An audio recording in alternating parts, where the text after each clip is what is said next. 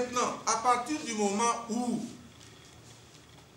l'on observe une certaine instrumentalisation de la justice, sinon instrumentalisation du parquet en matière de justice, l'affirmation des principes doit s'imposer. C'est ce que la loi veut faire.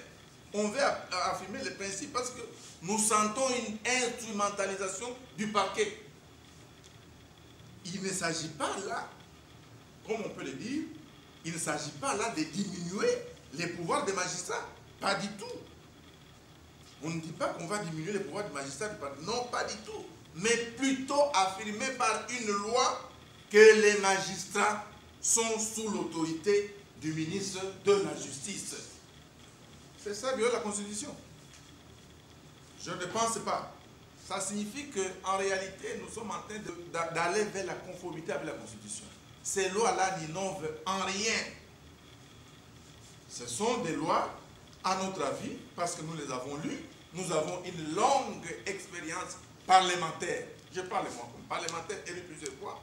Ça annonce ici les rapports clairs entre les magistrats des bouts et l'exécutif national ou provincial.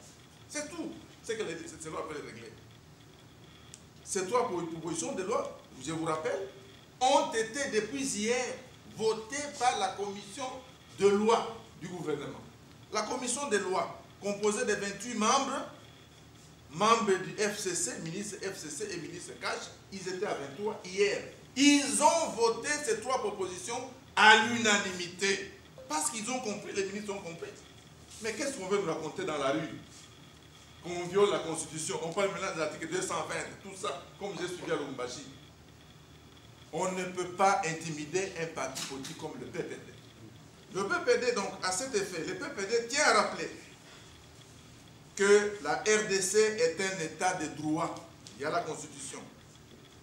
État de droit qui protège les libertés et les droits fondamentaux à chaque citoyen. Notamment, la liberté d'opinion. On veut bloquer au député de ne pas parler. La liberté de penser, la liberté d'expression, le droit à la sécurité et le droit à la vie. Mais où allons-nous maintenant? Où allons-nous avec cette fameuse qu'on appelle majorité parlementaire constituée d'une milice? En tout cas, nous tenons la communauté nationale et la communauté internationale à témoin de tout ce qui arrive aujourd'hui. Je ne sais pas si on me comprend. PPD viva! Viva!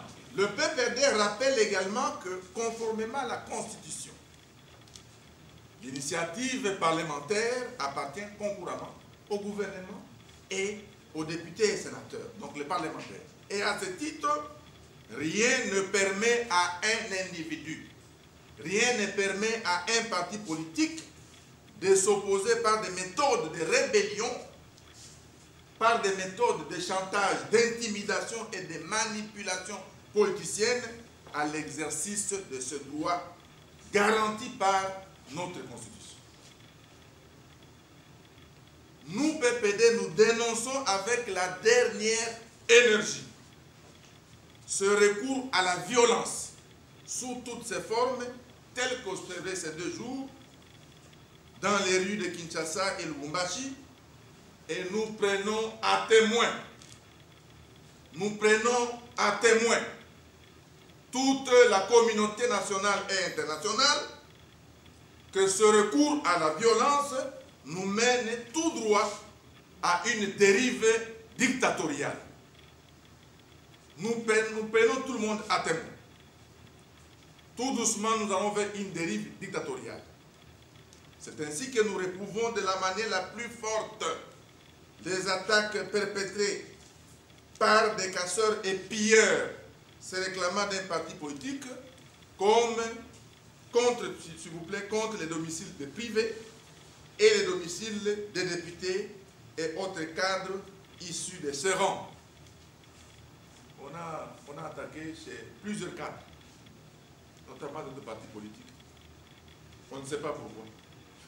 Sans avoir lu les textes, PPD viva. Viva. Le PPD déplore avec amertume que des barrières aient été érigées sur certaines artères de la capitale par ces milices au fin de traquer les députés élus légitimes du peuple en les empêchant ainsi d'accéder au siège du Parlement dont l'inviolabilité n'est plus du tout respectée même par certaines autorités du pays.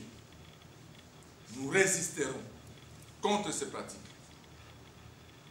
Le PPD demande aux responsables de la police nationale congolaise d'assurer pleinement leur mission de garantir l'ordre public ainsi que la sécurité des personnes et de leurs biens de manière républicaine et sans aucune influence à caractère partisan. Nous nous connaissons tous très bien. On se connaît tous dans ce pays.